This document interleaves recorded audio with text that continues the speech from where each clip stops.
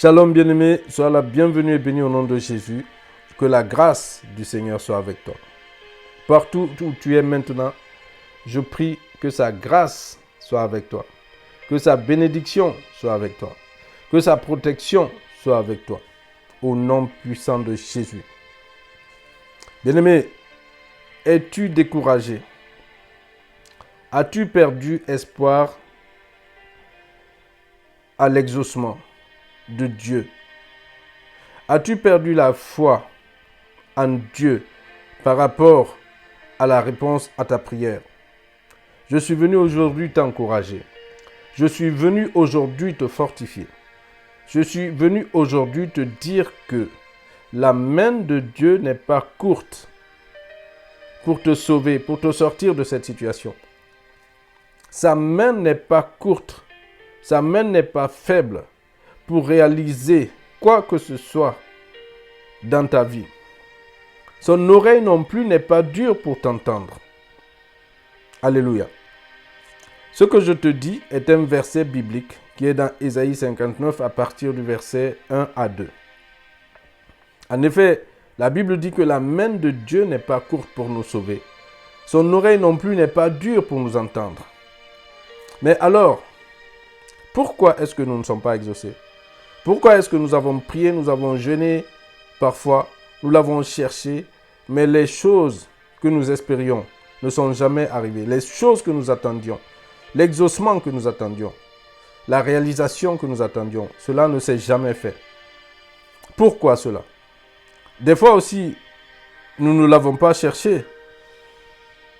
Donc, c'est normal que rien ne se soit passé. Mais dans la plupart des cas, quand on arrive à se poser des questions, à perdre la foi dans l'exaucement, c'est parce qu'on a essayé, c'est parce qu'on a fait des choses et on n'a pas vu de résultat. Mais laisse-moi te dire que aujourd'hui, avec ce que tu vas apprendre, tu vas commencer à voir sa main agir dans ta vie. Tu vas commencer à voir son oreille t'entendre. Alléluia. Et tu vas commencer à voir tes prières exaucées au nom de Jésus. Alléluia. Bien-aimé, pour t'aider à comprendre, je vais illustrer cela par une histoire. Dans la Bible, il y avait une femme qui s'appelait qui s'appelait Anne. Et Anne avait pour coépouse une autre femme qui s'appelait Pénina. Il faut savoir qu'à l'époque, dans l'Ancien Testament, la polygamie était pratiquée. La polygamie était pratiquée par le peuple juif dans l'Ancien Testament, dans l'Ancien temps. Cela se passait, mais aujourd'hui, cela ne se passe plus. Dans la nouvelle dispensation dans laquelle nous sommes, dans la grâce, il n'y a pas de polygamie. Bon, c'était une parenthèse. Alors, il faut savoir que Anne, donc, était une femme stérile. Bien qu'elle était la préférée de son mari, bien qu'elle était la femme la plus aimée, mais elle n'avait pas d'enfant. Et sa coépouse qui s'appelait Pénina, qui était moins aimée, elle avait des enfants. Tandis que Anne, elle, était stérile. Alors imaginez la situation. Vous êtes là dans votre foyer, avec votre coépouse, elle a des enfants. Vous voyez ses enfants danser, sauter de joie. Vous la voyez épanouie en tant que femme. Et vous êtes là, même si vous êtes belle, même si vous êtes la chérie, la choyée de votre époux, mais il y a quelque chose qui vous manque. Vous avez une blessure dans le cœur. Vous avez un trou qui n'est pas comblé quelque part. Pour une femme, je pense que c'est l'une des pires choses. C'est de ne pas avoir cette capacité-là, de donner la vie, en sachant que c'est dans notre nature même. Donc imaginez la frustration de Anne. Imaginez sa douleur. Imaginez sa tristesse. Imaginez la honte que cette femme subissait. Bien-aimés, beaucoup d'entre nous sont dans les situations de Anne. Beaucoup d'entre nous souhaitons et sincèrement méritons même d'être dans certaines situations, d'avoir certaines choses, d'être à certains niveaux. Mais nous n'y sommes pas encore. Malgré tous nos efforts, malgré toutes nos prières des fois, tous nos jeûnes, tous nos sacrifices, nous n'y sommes pas. Et ça semble ne pas arriver. Alors que d'autres personnes qui ne font pas autant de sacrifices et, excusez-moi, mais qui semblent ne même pas mériter ces choses-là. Ces personnes-là, elles ont ça facilement. Ça se réalise pour elles facilement sans aucun problème. Imaginez que vous avez du mal à avoir un seul enfant et à côté de vous, quelqu'un d'autre en a 5, 3, 10. Imaginez, vous êtes là, vous êtes en train de peiner pour avoir une petite, entre guillemets, une petite chose. Mais vous voyez que quelqu'un d'autre a cette chose, mais en abondance. Vous vous dites que, vous vous demandez si ce n'est pas vous qui avez un problème. Alléluia. Alors, beaucoup d'entre nous peuvent se sentir dans cet état. Alors, pour revenir à l'histoire de Anne, la Bible dit que pour ça, justement, tous les ans, à l'époque c'était de tradition, le peuple montait, il me semble que c'est à Jérusalem, ou en tout cas à la montagne. Ils allaient adorer au temple.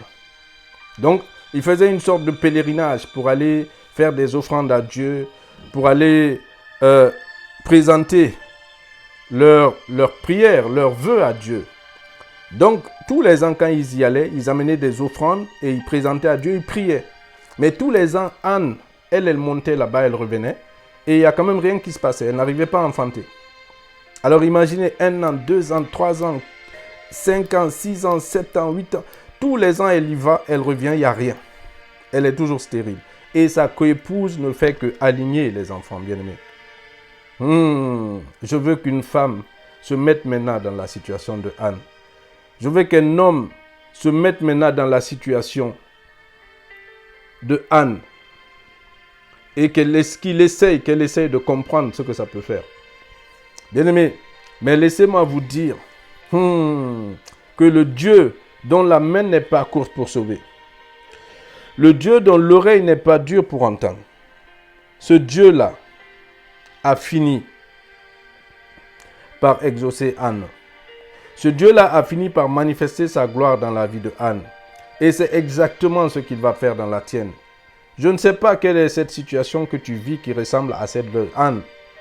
Je ne sais pas cette chose que tu attends depuis si longtemps qui fait que tu es un âne ou une âne. Mais laisse-moi te dire que sa main n'est pas courte pour sauver. Son oreille non plus n'est pas dure pour entendre, bien-aimé. Quelle que soit cette situation, il est encore capable de la changer. Il est encore capable de la transformer. Parce que sa main n'est pas courte, ça veut dire qu'elle a la puissance nécessaire. Elle peut aller partout pour aller réaliser. La Bible dit que c'est sa main puissante, la main puissante de Dieu, bien-aimé. Et son oreille n'est pas fermée à tes prières. Son oreille ne se fermera pas à tes prières tant que tu es vivant. Il y aura toujours espoir que ses oreilles puissent t'écouter et t'entendre. Mais je vais te dire comment cela peut se faire. Alors, on va continuer avec l'histoire de Anne. La Bible dit que donc tous les ans, Anne y allait, elle revenait et rien ne se passait. Et une certaine année, qu'est-ce qui s'est passé? Donc, tous les ans, quand elle y allait, qu'elle revenait, sa coépouse Pénina se moquait d'elle. Pénina la mortifiait. Pénina lui disait, ben alors, c'est pas toi qui dis que tu es belle, c'est toi la préférée, mais regarde, tu n'as pas d'enfant, moi j'en ai. Tu n'as pas de travail, moi j'en ai. Tu n'as pas de mari, tu n'as pas de femme, moi j'en ai. Bien-aimé, toutes ces choses qu'on peut voir les autres avoir facilement que nous n'avons pas. Parce que quand nous prions, c'est pour être secourus dans nos besoins. La Bible dit dans Hébreux 4, au verset 23, il dit que nous pouvons nous approcher avec assurance du trône de la grâce afin d'obtenir miséricorde, pour être secourus dans nos besoins. Donc quand nous prions, quand nous approchons du trône de la grâce, c'est pour être secourus aussi dans nos besoins. Le Seigneur Jésus lui-même nous a dit, venez à moi, vous tous qui êtes fatigués et chargés, et moi je vous donnerai du repos. Donc quand nous prions, c'est bien pour obtenir un exaucement, c'est pour obtenir un soulagement, c'est pour atteindre des choses qui, la plupart du temps, sont aussi matérielles pour notre vie sur terre, pour que nous puissions nous épanouir. Alléluia. Et si nous n'avons pas ces choses-là, c'est clair que cela ralentit notre bonheur. Cela diminue quelque part notre épanouissement. Le Seigneur lui-même nous a dit, vous n'avez encore rien demandé à mon nom. Demandez et vous recevrez afin que votre joie soit parfaite. Alors c'était tout à fait normal que Anne soit triste. Si en plus sa coépouse se moquait d'elle, la mortifiait, imaginez cela, bien-aimé. Pendant une certaine année, c'était à tel point que Anne a arrêté de manger. Anne a commencé à ne plus avoir goût à la vie. Elle était tombée dans la déprime, dans la dépression, dans le mépris de soi. Bien-aimé, peut-être que cette situation t'amène à la dépression. Peut-être que cette situation t'amène même à te sous-estimer, à commencer à te dévaloriser, à tomber dans la dépression. Peut-être même que tu prends des cachets, des comprimés, Seigneur, bien-aimé, pour tenter d'apaiser un tant soit peu ta douleur. Peut-être que même tu es tombé dans les addictions, dans l'alcool, dans la drogue. Peut-être même que tu es tombé dans toutes sortes de bassesses parce que tu as perdu confiance en toi-même. Tu as perdu l'espoir en ta nature humaine, en ton épanouissement humain. Mais bien-aimé, laisse-moi te dire que celui qui a donné son Fils unique à la croix, son amour pour toi est grand. Son amour pour toi ne changera pas, bien-aimé. Quelle que soit ta nature, quelle que soit ta condition, il t'aimera et il t'aime sans condition, bien-aimé. Alléluia. Alors je veux dire à quelqu'un que cette année-là, Anne a même cessé de manger. Elle a cessé d'avoir goût à la vie, elle a commencé à dépérir, elle a déprimé. Et quelque chose s'est passé cette année-là, quand elle est allée au temple. Vous savez, des fois la frustration, justement ce genre de situation, ce genre de frustration n'est pas là pour nous détruire. La plupart du temps, ce genre de situation et de frustration sont là pour nous fortifier, pour nous rendre forts. Et la Bible dit aussi qu'aucune tentation, aucune épreuve ne peut nous arriver si nous n'avons pas la capacité pour la soutenir. Donc si Dieu te fait passer par là, c'est que quelque part tu es fort, tu es assez fort pour pouvoir résister, pour pouvoir soutenir cela, supporter cela et passer à travers. Et s'il te fait passer par là, c'est parce que c'est ton épreuve de foi, c'est ton épreuve de vie. Nous n'avons pas tous les mêmes destinées et nous n'avons pas tous les mêmes destinations. Si Dieu te fait passer par là pour ce qui te concerne toi, c'est que cela fait partie de ton chemin à toi, de ta trajectoire à toi. Donc, il n'y a pas à se sentir coupable. Il n'y a pas à se sentir diminué, à se sentir moins que les autres par rapport à ça, bien-aimé. Alléluia. Donc, cette année-là, comme je disais, la frustration et toute cette situation avait déclenché quelque chose en Anne. Vous savez, la force du désespoir a été suscitée en elle. Et c'est là que tout va changer. Cette année-là, la Bible dit que quand elle est allée au temple, elle a eu une inspiration. Tous les ans, quand elle est allée au temple, elle pleurait, elle pleurnichait. Elle demandait à Dieu, donne-moi un enfant, donne-moi un enfant. Il ne s'agissait que d'elle. Mais cette année-là, quand elle est allée au temple, il y a quelque chose qui s'est passé. Elle a dit à Dieu,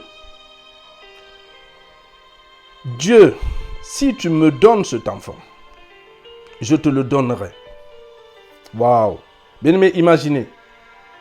Elle est venue demander quelque chose à Dieu. Mais au lieu de demander à Dieu, elle-même, elle a d'abord donné à Dieu avant de réclamer quelque chose à Dieu. Elle a dit, si tu me donnes cet enfant, moi je te le donnerai. Aïe, aïe, aïe, aïe, aïe, aïe.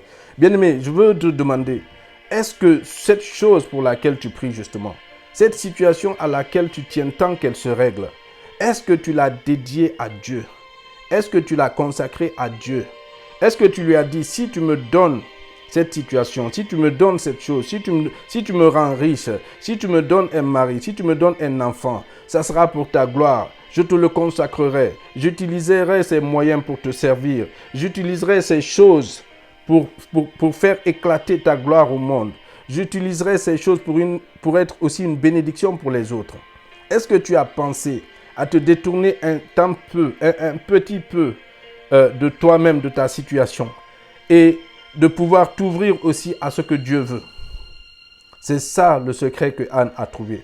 Anne a dit à Dieu, si tu me donnes cet enfant, si tu me donnes un enfant, je te le consacrerai.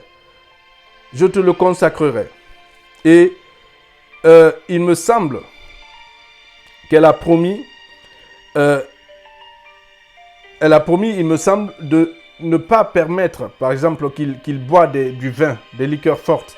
Parce que Ça veut dire qu'elle allait vraiment le consacrer, qu'il soit un enfant de Dieu, un nazir qu'on appelle ça dans la Bible. Et Dieu a entendu ce vœu. Dieu a entendu cette prière. Quand on dit que son oreille n'est pas dure pour entendre, c'est parce qu'il y a des choses que tu vas dire, il y a des attitudes que tu vas avoir, des engagements que tu vas prendre, qui vont faire que son oreille ne sera pas dure. Et là, il t'écoutera, bien-aimé. Quand Anne a fait cette prière, bien-aimé, Dieu a entendu Anne. Et qu'est-ce qui s'est passé? Dieu a exaucé enfin Anne, bien-aimé. Waouh, waouh, waouh, waouh. Alléluia, gloire à Dieu. La Bible dit que l'année d'après, à la même époque, Anne enfantait. Anne enfantait, enfin, de Samuel. Alléluia. Et bien-aimé, dis-toi bien que Dieu est un homme d'affaires. Parfois, avec Dieu, c'est donnant-donnant. Dieu cherchait à l'époque un prophète pour maintenir le flambeau du prophétique. Parce qu'à l'époque, il y avait un prophète, un vieux prophète qui s'appelait Élie et qui avait perdu la vue. Et la Bible dit que même la voix de Dieu n'était pas fréquente à cette époque. Donc Dieu cherchait un remplaçant. Dieu cherchait quelqu'un pour pouvoir maintenir la génération des prophètes. Et c'est à point nommé que Anne venait prier pour dire à Dieu, si tu me donnes un enfant, je te le donnerai pour te servir. Donc Dieu a vu son intérêt dans l'histoire de Anne. Dieu a donné à Anne ce qu'elle voulait. Et en même temps, Dieu lui-même a obtenu ce qu'il voulait de Anne. Bien-aimé, donc c'est ça le secret. Est-ce que cette chose pour laquelle tu pries tant, cette chose que tu espères tant, dans quelle mesure elle va servir aux intérêts de Dieu? Bien-aimé, cette transaction entre Anne et Dieu a une autre signification qui n'est pas la moindre. Parce que la suite du verset nous dit que la main de Dieu n'est pas courte pour sauver, mais son oreille non plus n'est pas dure pour entendre. Mais la Bible dit, mais ce sont vos péchés qui font qu'il vous tourne le dos. Ce sont vos iniquités qui vous éloignent, qui vous éloignent de sa face. Donc ce sont à cause de nos péchés, de nos transgressions, de nos iniquités, qui font qu'il nous tourne le dos. Sa main n'est pas courte pour sauver, son oreille n'est pas dure pour entendre. Donc qu'est-ce qu'il attend de nous? Ce qu'il attend de nous par là, c'est que si sa main n'est pas courte pour sauver, et que son oreille n'est pas dure pour entendre, mais que ce sont nos péchés, nos iniquités qui font qu'il nous tourne le dos, qui s'éloignent de nous, c'est qu'il attend de nous que nous changions nos voies. Il attend que nous lui donnions quelque chose, à l'image de Anne, de laquelle Dieu attendait d'abord qu'elle lui consacre son enfant à venir. De la même manière, Dieu attend de nous que nous lui donnions quelque chose, que nous changions nos voies, que nous nous détournions de nos péchés, que nous nous détournions de nos iniquités, afin que sa main qui est tendue vers nous puisse nous atteindre, afin que son oreille qui n'est pas dure puisse s'ouvrir pour nous écouter. Est-ce que quelqu'un m'entend? Dieu attend en contrepartie de toi que tu changes tes voies. Il attend que tu te détournes. Comme tu l'as bien vu dans sa transaction avec Anne, c'est qu'il fait du donnant-donnant. J'ai l'habitude de dire que Dieu est un homme d'affaires, bien-aimé. Et dans plusieurs endroits de la Bible, on voit cela. Donc ce qu'il attend de toi des fois aussi, la deuxième chose qui fait que tu n'es pas exaucé, c'est peut-être sûrement que tu ne lui donnes pas ce qu'il veut, dans le sens où tu ne marches pas selon sa volonté. Tu n'es pas dans ses voies. Tu ne t'es pas aligné à sa parole, bien-aimé. Comment tu peux demander à quelqu'un de te donner quelque chose et toi-même tu refuses de donner à cette personne ce que cette personne veut? Alléluia. C'est impossible. Donc il faut peut-être que tu revoies tes voies, bien-aimé. La Bible dit que son oreille n'est pas dure pour entendre. Sa main n'est pas courte pour sauver. Donc si tu reviens à lui de tout ton cœur, si tu te détournes de tes voies, bien-aimé, lui aussi, il écoutera maintenant tes prières et il t'exaucera. Il étendra maintenant sa main pour pouvoir te toucher. Parce que sa main n'est pas courte. Son oreille est toujours tendue. Mais elle s'est endurcie à ton égard à cause de ce que tu ne lui donnes pas ce qu'il veut. Alléluia, gloire à Dieu. Je veux encourager quelqu'un aujourd'hui par cette courte vidéo, bien-aimé, parce que je ne peux pas être trop long. Alléluia. Si tu assimiles ces deux choses, la première chose c'est que, est-ce que tu es sûr que ce que tu veux, c'est pour la gloire de Dieu? Est-ce que c'est sa volonté pour toi? Qu'est-ce que tu es prêt? Est-ce qu'il aura son intérêt dedans? Et la deuxième chose, c'est est-ce que tu es sûr que tu t'es aligné à sa parole? Est-ce que tu marches d'une manière digne de lui? Est-ce que tu lui donnes ce que lui, il veut? Ce qu'il veut, c'est ton obéissance. Le Seigneur a dit, celui qui a mes paroles et qui les garde, c'est celui qui m'aime. Celui qui m'aime, moi je l'aimerai, mon Père aussi l'aimera. Et nous viendrons chez lui, nous ferons notre demeure chez lui. Alléluia. Donc, la deuxième chose, c'est non seulement est-ce que tu as consacré ce que tu vas avoir comme exaucement, est-ce que tu as donné ça à Dieu, est-ce qu'il a son intérêt dedans? Et la deuxième chose, c'est est-ce que tu lui as donné ce qu'il veut, dans le sens où est-ce que tu obéis à sa parole? Est-ce que tu respectes ses ordonnances? Est-ce que tu marches selon sa volonté? Alléluia. Si tu remplis ces deux conditions, bien aimé, il est évident que son oreille t'entendra et que sa main puissante commencera à agir dans ta vie. Au nom puissant de Jésus. Bien aimé, à l'image de Anne, je vois quelqu'un maintenant entrer dans l'exaucement. À l'image de Anne, je vois la main puissante de Dieu commencer à agir dans la situation de quelqu'un.